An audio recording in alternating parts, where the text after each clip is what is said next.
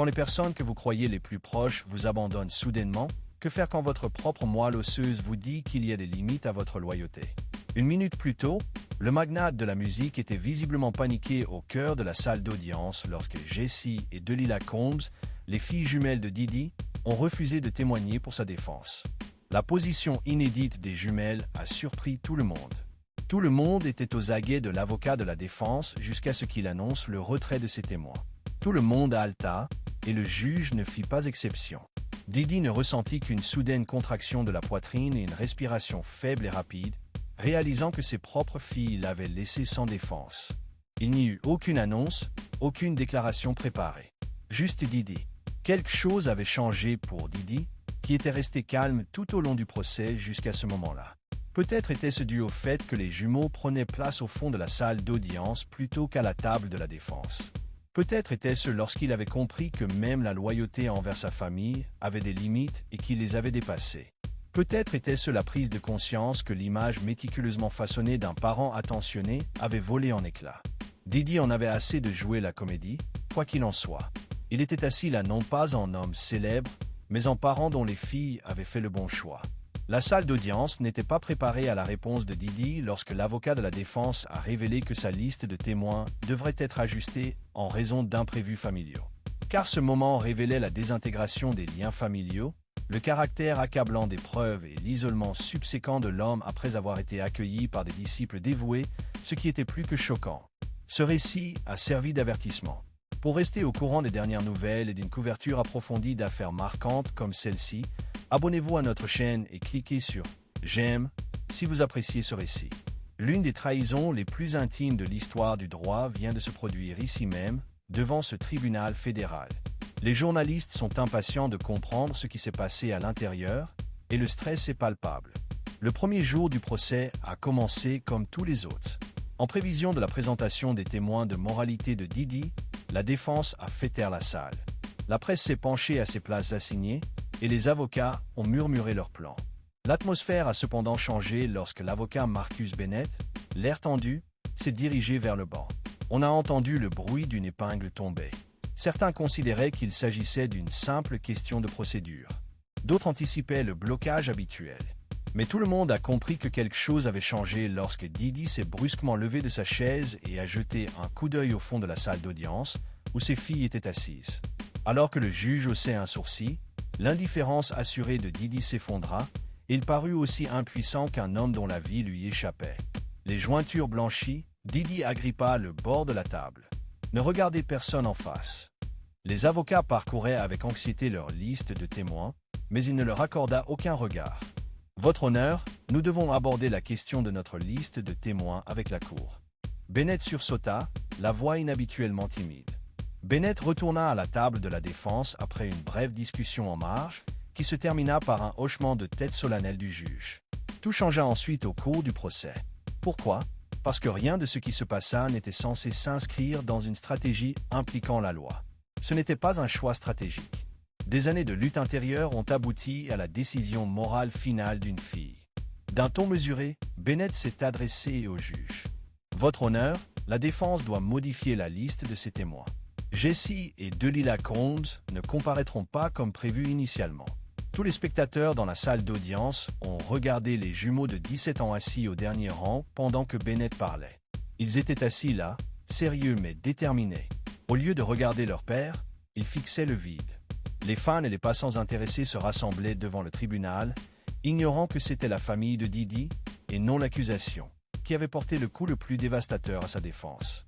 Immédiate et inquiétante, la réaction physique de Diddy suivit la révélation des conséquences de ce développement. Il commença à avoir du mal à respirer.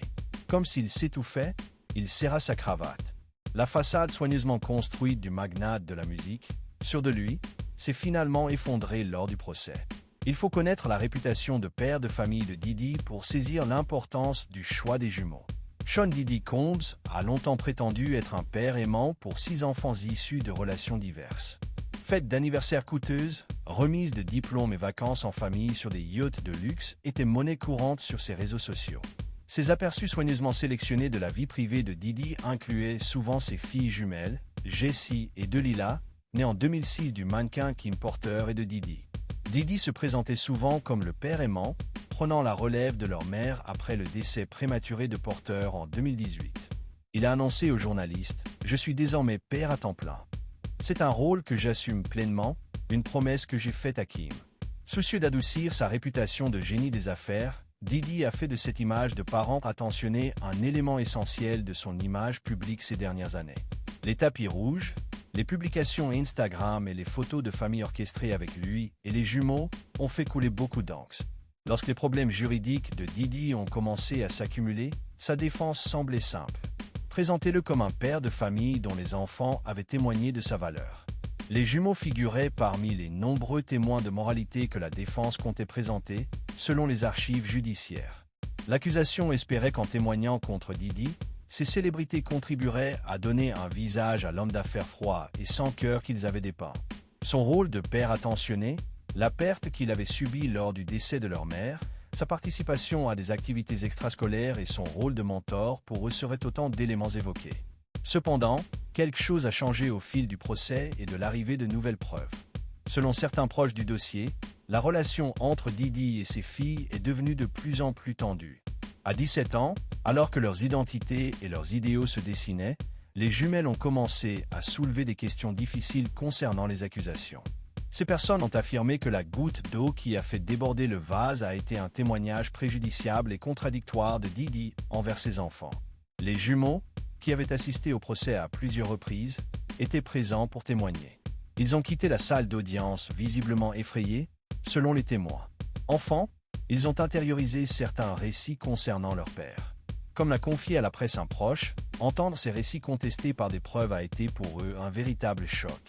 Selon certaines sources, les jumeaux auraient eu une longue conversation émouvante avec leur marraine, une amie proche de leur mère, la veille de leur témoignage. Les détails de la conversation sont encore secrets. Mais le lendemain matin, leur avocat a informé la défense que Jessie et Delilah ne témoigneraient pas comme prévu. Bennett, leur avocat, a tenté d'influencer leur décision en soulignant les conséquences que cela aurait sur la cause de leur père. On ne peut pas affirmer des choses qu'on ne croit plus. La réponse a-t-elle été directe mais inflexible? Selon des sources au tribunal, aucun jugement hâtif n'a été rendu. Il ne s'agissait pas d'adolescents impulsifs. Il s'agissait plutôt de jeunes femmes qui pesaient le pour et le contre de trahir leur famille au nom de leur propre honneur. Ceux qui les observaient au tribunal pouvaient constater qu'elles avaient lutté intérieurement pendant des jours avant de décider de se retirer comme témoins. Au lieu de s'asseoir derrière la table de la défense comme elles le font habituellement ce matin-là, elles décidèrent de s'asseoir au fond de la salle, symbolisant la distance émotionnelle qui s'était créée entre elles et leur père. Assis avec une excellente posture et une allure sereine, les mains jointes des jumeaux trahissaient leur tension intérieure. Comme Bennett l'a expliqué au tribunal à propos de la modification de la liste des témoins, pour eux, cela ne constituait pas une trahison. Malheureusement, ils ont dû se rendre à l'évidence, ils ne pouvaient plus soutenir une version dont ils commençaient à se méfier. Didi a trouvé bien plus blessant que n'importe quel témoignage d'anciens associés l'abandon public du soutien de ses propres filles. Devant un jury qui ne pouvait que spéculer sur sa signification, c'était la désintégration de l'image de père de famille qu'il s'était laborieusement construite. Jessie et Delilah Combs sont appelés à la barre par la défense. Bennett était censé faire une annonce ce matin-là. Se présenter aux yeux de leur père comme des jumelles lui aurait donné un visage humain qu'aucun étranger n'aurait pu égaler. Bennett, quant à lui, se tenait maladroitement devant le tribunal. Votre honneur, notre liste de témoins a été modifiée. Nous n'appellerons pas Jessie et Delilah Combs pour le moment. La juge observait le procès par-dessus ses lunettes. Maître, ces témoins étaient essentiels à votre défense, comme indiqué dans votre liste de témoins. Puis-je vous demander la raison de ce changement? Bennett a raclé la gorge. Ils ne sont pas disponibles pour le moment, votre honneur. Sarah Mitchell, la procureure, s'est immédiatement levée. Votre honneur, les témoins en question sont clairement présents dans la salle d'audience. S'ils sont retirés de la liste des témoins, le jury a le droit d'en comprendre les raisons. Bennett a attiré l'attention du juge. Maître, après un moment d'hésitation, Bennett a répondu. Votre honneur, mademoiselle Jessie et mademoiselle Delilah Combs ont exercé leur droit de refuser de témoigner, car elles ne sont pas assignées à comparaître, mais ont témoigné volontairement. Nous devons respecter leur décision. La salle d'audience trembla après cette révélation. Après s'être penché pour parler à son avocat, Didi s'arrêta brusquement, son expression passant de la stupeur à des signes de douleur physique de plus en plus alarmants. Le procureur persista dans ses investigations. Votre honneur, étant donné que ces témoins ont été qualifiés de témoignages essentiels sur la personnalité et la vie familiale de l'accusé, éléments centraux de la stratégie de défense, leur retrait semble hautement pertinent. Le juge a examiné cette question. Monsieur Bennett, d'autres solutions, telles qu'une déposition ou une déclaration écrite, ont-elles été envisagées? La réaction de Bennett l'a clairement démontré. Nous avons exploré ces options, votre honneur. Les témoins ont décliné toute forme de témoignage. De toute évidence, la santé de Didi déclinait à mesure que ce débat se poursuivait. Il a commencé à avoir du mal à respirer. Sa cravate dénouée, il a commencé à boire de l'eau d'un verre tremblant. Son angoisse a été constatée par le juge. Monsieur Bennett, votre client a-t-il besoin de soins médicaux? Didi se leva brusquement, titubant légèrement avant que Bennett puisse répondre. Je dois communiquer avec mes filles, dit-il d'une voix tremblante. S'il vous plaît, j'ai besoin de 5 minutes avec elles. Sans un mot, la juge secoua la tête. Monsieur Combs, veuillez vous asseoir. Ce n'est pas le moment d'interrompre quelqu'un avec des mots qu'il ne comprend pas. Didi a démontré à quel point son sang-froid avait été effondré dans une violation flagrante de l'étiquette judiciaire. Ils ont entendu des choses hors contexte. Je dois m'expliquer. La voix du juge était forte lorsqu'elle dit « Monsieur Combs, vous devez vous asseoir immédiatement, sinon vous serez expulsé de la salle d'audience. » Le regard rivé sur ses enfants assis au dernier rang, Didi se laissa retomber sur sa chaise tandis que les fonctionnaires du tribunal s'avançaient vers lui. Leurs regards se portèrent droit devant eux, rivés sur toute autre chose que leur père, sans bouger d'un pouce. Le tribunal a accordé une courte pause de 15 minutes. La respiration toujours difficile, Didi a été escorté dans une salle annexe à la fin de l'audience. Un médecin du tribunal lui a demandé de se soumettre à un contrôle de ses constantes vitales. Selon les rapports du tribunal, les jumeaux, accompagnés de leur marraine et d'un avocat de la famille, ont été vus blottis les uns contre les autres dans une salle de conférence secrète pendant la pause. Le poids de leur choix se lisait sur leur visage juvénile. Didi semblait pâle et sombre à l'ouverture de l'audience, mais il avait récupéré physiquement. Gardant leur distance, les jumeaux retournèrent à leur place. Bennett revint à son banc. « Votre honneur, la défense souhaite appeler notre prochain témoin, Monsieur James Reynolds. Une connaissance de longue date, extérieure à la famille, a témoigné à titre de substitut.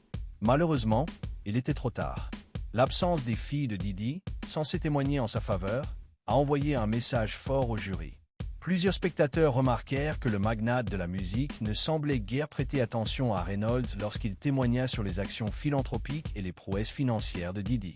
Se tournant vers ses filles, dont le silence était désormais plus criant que toute défense qu'elles auraient pu offrir, son regard continua de se poser sur elles. Le choix des jumelles de se récuser comme témoins n'était pas anodin. Témoignages et preuves ont commencé à s'accorder au cours du procès, dressant le portrait de Didi comme d'un homme obsédé par le contrôle dans tous les aspects de sa vie, et pas seulement comme un homme d'affaires exigeant. Alors que la défense peinait à se remettre de son contretemps matinal, ce sujet est réapparu l'après-midi, lors du contre-interrogatoire de Reynolds, le témoin de moralité remplaçant. L'accusation a demandé à M. Reynolds « Vous avez témoigné sur les pratiques commerciales et les œuvres caritatives de M. Combs. D'après votre expérience, comment M. Combs réagit-il généralement lorsque les gens ne sont pas d'accord avec lui ou refusent ses demandes ?» Reynolds bougeait maladroitement. Sean est exigeant sur la façon dont les choses sont faites. Il a des exigences élevées. Des exigences élevées? Demanda Mitchell une fois de plus. Diriez-vous qu'il attend une loyauté et une obéissance totale de son entourage? Objection directe. Bennett fit signe. Le tribunal avait statué que la cause était maintenue. Mitchell avait modifié la question. Selon votre observation, comment M. Combs réagit-il lorsque ses attentes ne sont pas satisfaites? Reynolds marqua une pause. Il peut être déçu et exprimer sa déception avec force. Mitchell a répété. Avec force? Pouvez-vous donner au jury un exemple de cette expression de déception avec force? Reynolds a fait le lien avec ce qui s'était passé plus tôt dans la journée en racontant un cas impliquant un réalisateur de clips vidéo qui avait été publiquement réprimandé pour avoir dénoncé les idées de Didi. Cet homme était habitué à tout contrôler, y compris les anecdotes familiales. Les personnes présentes au procès de Didi ont témoigné de la nécessité d'une surveillance constante de sa personnalité publique, de son entreprise et de ses associés. Selon les témoignages d'anciens employés, il existait des accords de confidentialité stricts, les réunions incluaient la collecte des numéros de téléphone, et toute désobéissance était passible de sanctions. Il existait un manuel. Plus tôt dans le procès, un ancien assistant avait déclaré que tout devait suivre sa vision, ses règles. Aucun écart n'était toléré. Le témoin a déclaré que l'individu avait méticuleusement planifié toute sa vie publique et privée. Dans le cadre de ce plan, il avait méticuleusement modifié ses comptes sur les réseaux sociaux pour se présenter comme un parent attentionné, comme s'il était celui qui écrivait les histoires de sa vie. Pour Didi, la décision des jumeaux de se retirer comme témoin était une première. Il s'est soudainement retrouvé incapable de mettre en scène l'histoire de sa propre famille, et l'histoire qu'il avait construite autour d'eux refusait de les inclure. Les journalistes ont vu Didi et Bennett se livrer à une discussion animée pendant une courte pause déjeuner. Leur langage corporel était évident, même s'ils n'entendaient pas les mots. Didi fit un geste énergique vers les sièges de ses filles, et Bennett secoua la tête avec force. Dès la réouverture du tribunal, Bennett regagna le banc pour une nouvelle séance parallèle. Beaucoup l'avaient deviné, et son visage à la table de la défense le prouvait. Les jumeaux ne feraient pas amende honorable et ne changeraient pas d'avis à la dernière minute. Didi semblait se désintéresser de ce qui se passait à mesure que le témoignage de l'après-midi progressait et les sujets abordés comprenaient le fonctionnement de l'entreprise et les contributions philanthropiques.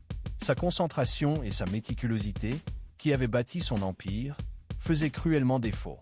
Au contraire, il semblait préoccupé, se tournant périodiquement vers ses enfants, qui restaient calmes et distants. Au-delà des preuves formelles, la dynamique de la salle d'audience a révélé le récit d'une rupture familiale en temps réel, le dilemme moral d'une jeune femme et l'acceptation par un père de ne pas pouvoir tout contrôler. Assister au déroulement de ce drame familial a apporté aux jurés des connaissances qu'aucun témoin n'aurait pu fournir. Au lieu de témoigner à la barre pour défendre leur père, les jumeaux sont restés silencieux dans la salle d'audience, ce qui en disait long sur les mots. Un collègue de longue date a pris la parole en tant que dernier témoin de la défense, évoquant l'esprit d'entreprise de Didi et son dévouement à la promotion des entreprises appartenant à des Noirs, alors que la journée d'audience touchait à sa fin. Bien que le témoignage fût solidement fondé, il n'a pas suscité l'émotion forte que la défense avait manifestement anticipée en présence des jumeaux. Le couloir du tribunal devint le lieu de ce que les témoins considérèrent comme le point de rupture de Didi lors de la dernière pause avant la préparation des plaidoiries finales. Didi s'approcha des jumeaux alors qu'ils s'apprêtaient à partir avec leur marraine et leur avocate, sous les yeux rivés sur eux par les agents de sécurité du tribunal. « S'il vous plaît, accordez-moi 5 minutes », implora-t-il, sa voix trahissant son autorité habituelle. Didi fut stoppé net par la marraine des jumeaux. « Ah, ce n'est ni le moment ni l'endroit », sortit d'elle. Ils avaient pris leur décision. « Ce sont mes filles », dit Didi d'une voix de plus en plus forte. « Elles ne comprennent pas ce qui est en jeu. » Et ce fut alors Delila qui prit la parole, d'une voix basse mais audible pour ceux qui étaient présents. « Nous comprenons parfaitement l'enjeu. C'est pourquoi nous ne pouvons pas le faire, » a ajouté Jessie. « Nous t'aimons, papa, mais nous ne pouvons pas dire ce que tu veux que nous disions, pas après tout ce que nous avons entendu. » Alors que le visage de Didi s'assombrissait, le service de sécurité s'approcha. Les spectateurs craignaient qu'il ne perde les pédales pendant une seconde. « Ta mère n'aurait jamais laissé faire une chose pareille, » dit-il d'une voix rauque de chagrin. Aucune des jumelles ne prit la parole, mais leur marraine prit la parole, la voix glaciale, emplie d'une rage contenue. « N'ose pas utiliser Kim de cette façon. Elle aurait protégé ses filles à tout prix, même de toi. » De nombreux journalistes et personnes présentes au tribunal ont assisté à cette discussion, qui a été largement perçue comme le moment où le plan de défense de Didi et l'image soigneusement construite de solidarité familiale qu'il avait projetée au monde ont finalement été brisés. À la rentrée, il est devenu évident pour tous que Didi avait subi une transformation. Son arrogance et son assurance avaient disparu. Il ne communiquait plus clandestinement avec ses avocats. Il restait assis, immobile, le regard fixé devant lui, un homme enfin confronté à son impuissance. Bennett conclut par un argument théoriquement solide, mais sans susciter de sentiments forts. Didi devait être honoré pour ses réalisations culturelles et commerciales. Un récit aride des moments forts de sa carrière a remplacé la défense chargée d'émotions qui devait culminer avec l'image émouvante de filles bienveillantes approuvant la personnalité de leur père. Contrairement à d'habitude, Didi n'a pas hoché la tête ni fait le moindre geste expressif du visage tout au long de la plaidoirie de Bennett, ce qui est généralement la façon dont les avocats incitent leurs clients à entrer en contact avec le jury. Il dégageait un air reclus face à l'intense humiliation publique qu'il avait subie. Bennett termina sa plaidoirie lorsque le juge annonça que l'accusation présenterait ses conclusions finales le lendemain matin. Sans même se retourner vers leur père, les jumeaux se levèrent et quittèrent la salle d'audience. Didi resta là les observer, son visage trahissant leur départ. Sa tête se pencha dans ses mains en signe de reddition totale, un moment immortalisé par des dessinateurs judiciaires qui feraient ensuite la une des journaux du pays. La réaction du père trahissait sa profonde tristesse, la perte de la confiance et du soutien de ses enfants, plutôt que celle d'un homme préoccupé par sa stratégie juridique. Réunis dans le couloir alors que la salle d'audience se vidait, les experts juridiques commencèrent à réévaluer leurs prévisions de verdict. Selon un analyste, la défense a subi une perte majeure lorsque les jumeaux ont refusé de témoigner. Leur silence était en effet le témoignage de moralité le plus accablant qui puisse être donné. Le lendemain matin, la salle d'audience était pleine à craquer. Le refus des jumeaux de témoigner avait été signalé dans la nuit, ce qui avait donné lieu à de nombreuses conjectures sur les affaires et les conséquences potentielles pour les témoins.